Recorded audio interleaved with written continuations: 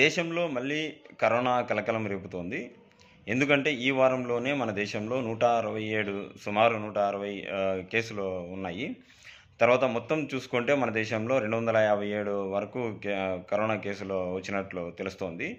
ముఖ్యంగా మహారాష్ట్ర, కేరళలో ఎక్కువ ఉన్నాయి. మహారాష్ట్రలో ఇద్దరు చనిపోయారు. అందుకే అందరూ పానిక్ అవుతున్నారు. కాకపోతే ఒకరు 60 ఏండ్ల ముసలావిడ, తర్వాత 14 ఏండ్ల బాలిక. ముసలావిడకి వచ్చేసి 60 ఏళ్ల ముసలావిడకి వచ్చేసి క్యాన్సర్ ఉంది. చిన్న పాపకు వచ్చేసి కిడ్నీ సమస్యలున్నాయి. వీళ్ళిద్దరూ చనిపోయారు. కాకపోతే వాళ్ళకి దహన సంస్కారాలు వచ్చేసి కరోనా వాళ్ళకి ఎలా చేశారో అలానే చేశారు. కాకపోతే ఈ చనిపోయిన దీంట్లో ఉంటుంది కదా, వాళ్ళు దీంట్లో అయితే కరోనా అయితే రాయలేదంటున్నారు.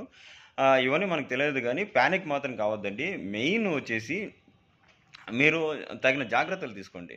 మాస్క్ మాత్రం ముక్కు దగ్గర నుంచి ఈ మూతి మొత్తం కవర్ అయ్యేటట్లా మాస్క్ పెట్టుకోండి. చాలామంది పెడుతుంటారు కానీ మూతికి మాత్రం వచ్చేస్తుంటుంది, ముక్కుకి వదిలేస్తుంటారు. మెయిన్ వచ్చేసి ముక్కు దగ్గర నుంచి ఇక్కడ నుంచి టోటల్ కవర్ అయ్యేలాగా మాస్క్ వేసుకోండి. ఎక్కడంటే అక్కడే చేతులు పెట్టుకోకుండా కొద్దిగా క్లీన్గా ఉండండి. ఓన్లీ మాస్క్ ఒక్కడ పెట్టుకోండి. మాస్క్ పెట్టుకొని తగిన జాగ్రత్తలు తీసుకోండి. వేడి నీళ్ళు తాగండి. తర్వాత వేరే దేశంలో వచ్చేటివి ఇవన్నీ మన దేశంలో వచ్చేటివి ఇవన్నీ పట్టించుకోవద్దండి. మీరు మాత్రం జాగ్రత్తగా తీసుకోండి. ఏదైనా కొద్దిగా సిమ్టమ్స్ ఉంటే మాత్రం వెంటనే మీరు డాక్టర్ల దగ్గరికి వెళ్ళిపోండి.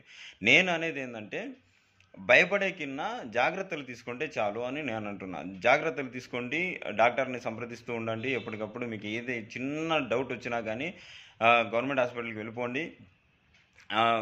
దగ్గరలో ఉన్న గవర్నమెంట్ హాస్పిటల్ కానీ, గవర్నమెంట్ హాస్పిటల్కి లేకపోతే మీ దగ్గరలో ఉన్న ప్రైవేట్ హాస్పిటల్లో కానీ ఏమంటే ఎంబీబీఎస్ డాక్టర్లనే దాని ఏమంటారు, ఎలిజిబిలిటీ ఉన్న డాక్టర్లు మాత్రమే సంప్రదించండి. ఖచ్చితంగా మీరు కరోనా ఇదైతే మాత్రం గవర్నమెంట్ హాస్పిటల్కి వెంటనే వెళ్ళిపోండి. ఓకేనా? నేను అనేది ఏమంటే జాగ్రత్తలే ముఖ్యము. జాగ్రత్తలు తీసుకోండి. జాగ్రత్తలు తీసుకోకుండా ఉండొద్దండి. ప్యానిక్ అవ్వడం వల్ల ఏమీ లాభం రాదు. జాగ్రత్తలు తీసుకోండి. కరోనా చాలా డేంజరే.